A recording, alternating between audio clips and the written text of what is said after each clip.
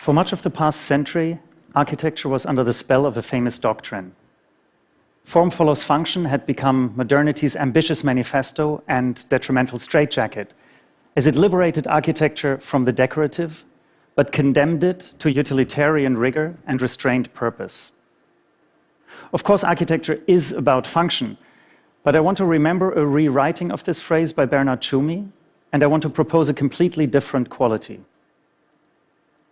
If form follows fiction, we could think of architecture and buildings as a space of stories. Stories of the people that live there, of the people that work in these buildings. And we could start to imagine the experiences our buildings create. In this sense, I'm interested in fiction not as the implausible, but as the real, as the reality of what architecture means for the people that live in it and with it. Our buildings are prototypes, ideas for how the space of living or how the space of working could be different, and how a space of culture or a space of media could look like today. Our buildings are real, they're being built, they're an explicit engagement in physical reality and conceptual possibility.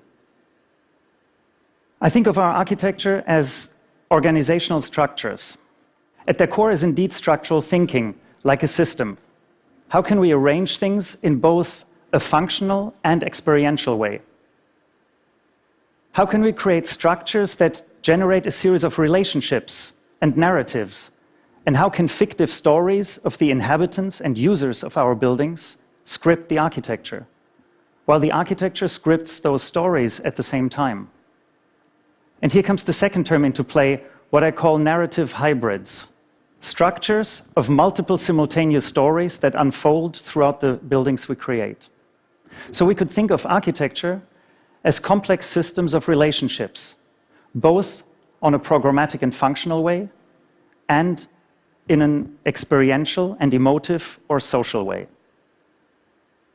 This is the headquarters for China's national broadcaster, which I designed together with Rem Koolhaas at OMA.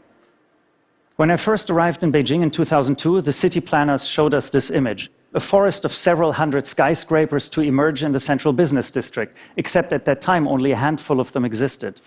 So we had to design in a context that we knew almost nothing about, except one thing: it would all be about verticality. Of course, the skyscraper is vertical. It's a profoundly hierarchical structure, the top always the best, the bottom the worst, and the taller you are, the better, so it seems. And we wanted to ask ourselves, could a building be about a completely different quality? Could it undo this hierarchy? And could it be about a system that is more about collaboration rather than isolation? So we took this needle and bent it back into itself, into a loop of interconnected activities. Our idea was to bring all aspects of television making into one single structure: news, program production, broadcasting, research and training, administration, all into a circuit of interconnected activities where people would meet in a process of exchange and collaboration. I still very much like this image. It reminds of biology classes, if you remember the human body with all its organs and circulatory systems, like at school. And suddenly you think of architecture no longer as built substance, but as an organism, as a life form. And as you start to dissect this organism, you can identify a series of primary technical clusters: program production, broadcasting center, and news. Those are tightly intertwined with social clusters: meeting rooms, canteens, chat areas, informal spaces for people to meet and exchange. So the organizational structure of this building was a hybrid between the technical and the social, the human and the performative. And of course, we used the loop of the building as a circulatory system to thread everything together and to allow both visitors and staff to experience all these different functions in a great unity. With 473,000 square meters, it is one of the largest buildings ever built in the world. It has a population of over 10,000 people, and of course this is a scale that exceeds the comprehension of many things and the scale of typical architecture. So we stopped work for a while and sat down and cut 10,000 little sticks and glued them onto a model, just simply to confront ourselves with what that quantity actually meant. But of course it's not a number, it is the people, it is a community that inhabits the building. And in order to both comprehend this, but also script this architecture, we identified 5 characters, hypothetical characters, and we followed them throughout their day in a life in this building. Thought of where they would meet, what they would experience.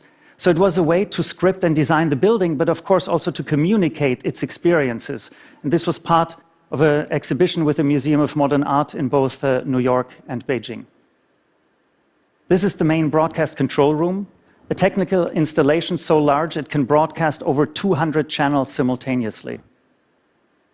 And this is how the building stands in Beijing today. Its first broadcast live, the London Olympics 2012, after it had been completed from the outside for the Beijing Olympics. And you can see at the very tip of this 75-meter cantilever, those 3 little circles, and they're indeed part of a public loop that goes through the building, and they're a piece of glass that you can stand on and watch the city pass by below you in slow motion. The building has become part of everyday life in Beijing. It is there. It has also become a very popular backdrop for wedding photography.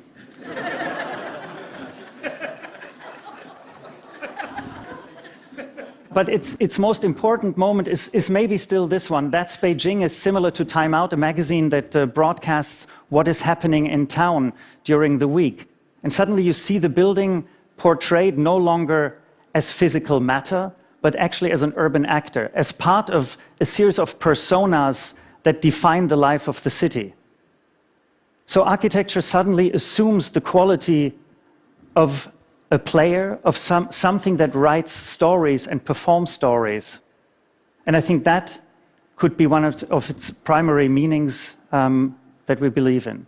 But of course, there's another story to this building. It is the story of the people that made it. 400 engineers and architects that I was guiding over almost a decade of collaborative work that we spent together in scripting this building, in imagining its reality, and ultimately getting it built in China. This is a residential development in Singapore, large scale. If we look at Singapore like most of Asia and more of the world, of course it is dominated by the tower, a typology that indeed creates more isolation than connectedness. And I wanted to ask, how could we think about living not only in terms of the privacy and individuality of ourselves and our apartment, but in an idea of a collective? How could we think about creating a communal environment in which sharing things was as great as having your own? The typical answer to the question, we had to design 1,040 apartments, would have looked like this: 24-story height limit given by the planning authorities, 12 towers with nothing but residual in between. A very tight system that, although the tower isolates you, it doesn't even give you privacy because you're so close to the next one that it is very questionable what the qualities of this would be. So I proposed to topple the towers, throw the vertical into the horizontal and stack them up.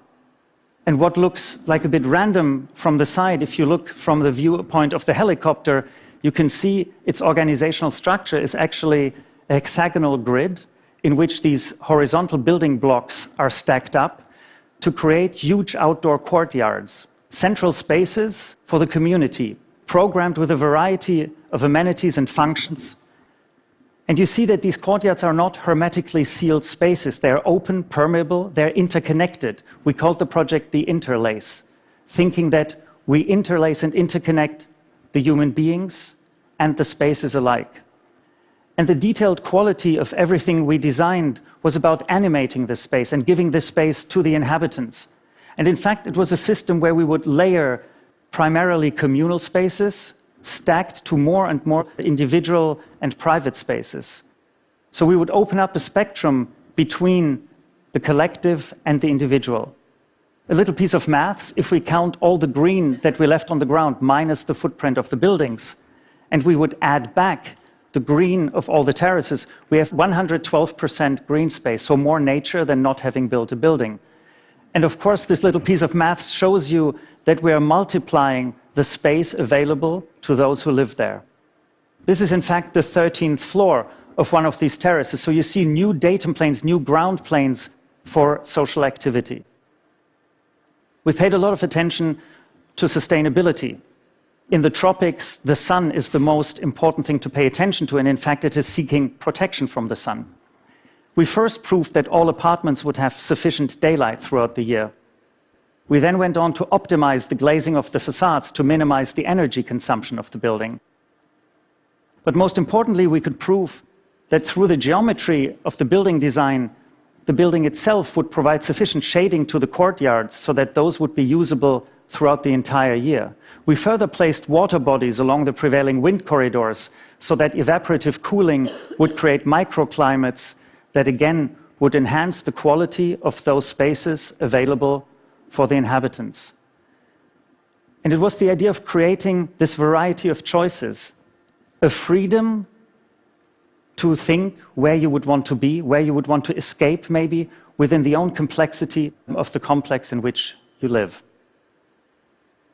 We're coming from Asia to Europe, a building for a German media company based in Berlin, transitioning from the traditional print media to the digital media. And its CEO asked a few very pertinent questions. Why would anyone today still want to go to the office? Because you can actually work anywhere. And how could a digital identity of a company be embodied in a building? We created not only an object, but at the center of this object, we created a giant space. And this space was about the experience of a collective, the experience of collaboration and of togetherness. Communication, interaction, as the center of a space that in itself would float like what we called the collaborative cloud in the middle of the building, surrounded by an envelope of standard modular offices. So with only a few steps from your quiet work desk, you could participate in the giant collective experience of the central space. Finally, we come to London, a project commissioned by the London Legacy Development Corporation of the Mayor of London. We were asked to undertake a study and investigate the potential of a site out in Stratford in the Olympic Park. In the 19th century, Prince Albert had created Albertopolis, and Boris Johnson thought of creating Olympicopolis. The idea was to bring together some of Britain's greatest institutions, some international ones, and to create a new system of synergies. Prince Albert, as he had created Albertopolis in the 19th century, thought of showcasing all achievements of mankind, bringing arts and science closer together. And he built Exhibition Road, a linear sequence of those institutions. But of course, today's society has moved on from there. We no longer live in a world in which everything is as clearly delineated or separated from each other. We live in a world in which boundaries start to blur between the different domains and in which collaboration and interaction becomes far more important than keeping separations. So we wanted to think of a giant culture machine, a building that would orchestrate and animate the various domains, but allow them to interact and collaborate. At the base of it is a very simple module, a ring module. It can function as a double-loaded corridor, has daylight, has ventilation. It can be glazed over and turn into a giant exhibition or performance space. These modules were stacked together with the idea that almost any function could, over time, occupy any of these modules, so institutions could shrink or contract, as of course the future of culture is in a way the most uncertain of all. This is how the building sits adjacent to the Aquatic Center, opposite the Olympic Stadium. And you can see how its cantilevering volumes project out and engage the public space, and how its courtyards animate the public inside. The idea was to create a complex system in which institutional entities could maintain their own identity, in which they would not be subsumed in a singular volume. Here's a scale comparison to the Centre Pompidou in Paris. It both shows the enormous scale and potential of the project, but also the difference. Here, it is a multiplicity of a heterogeneous structure in which different entities can interact without losing their own identity. And it was this thought to create an organizational structure that would allow for multiple narratives to be scripted, for those in the educational parts that create and think culture, for those that present the visual arts, the dance, and for the public to be admitted into all of this with a series of possible trajectories to script their own reading of these narratives and their own experience. And I want to end on a project that is very small, in a way very different, a floating cinema in the ocean of Thailand. Friends of mine had founded a film festival, and I thought, if we think of the stories and narratives of movies, we should also think of the narratives of the people that watch it.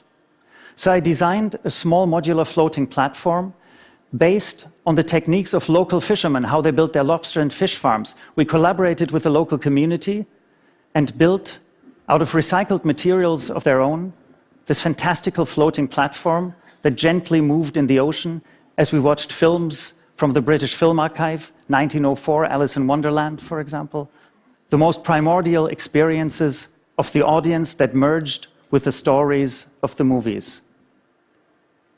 So I believe that architecture exceeds the domain of physical matter, of the built environment, but is really about how we want to live our lives, how we script our own stories and those of others. Thank you.